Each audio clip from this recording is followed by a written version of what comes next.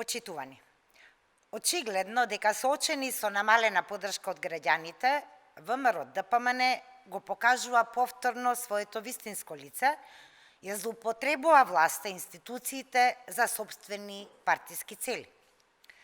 Ова го загрозува изборниот процес и мора веднаш да престане. Ден пред изборите и започнат изборен процес со гласање на болни и немокни лица, во изборен молк констатирани се повеќе прекршувања на изборниот законник.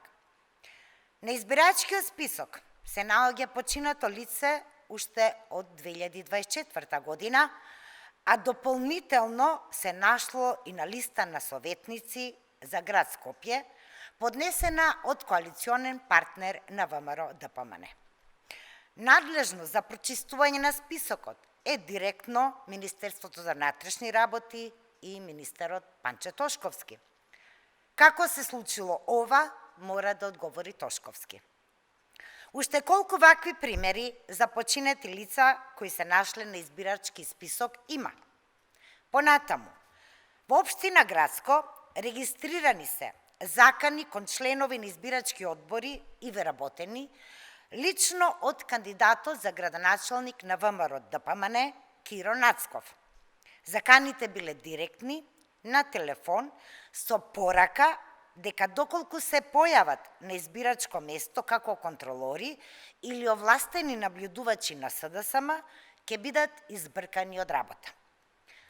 Во Јагуновце констатирана е злоупотреба на лични податоци на гласач и спротивно на незината волја е пријавена за гласање на болни и немокни лица од страна на ВМРО-ДПМН во избирачкиот одбор.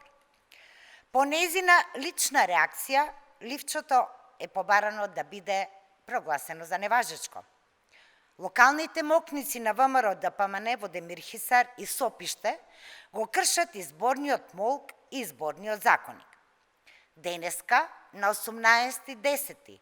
на големо се вршат градежни активности, односно асфалтирање на локални патишта, како што може да се види од фотографиите кои покажуваат на локација и се наоѓаат меѓу селата Чифлик и Долно Соње.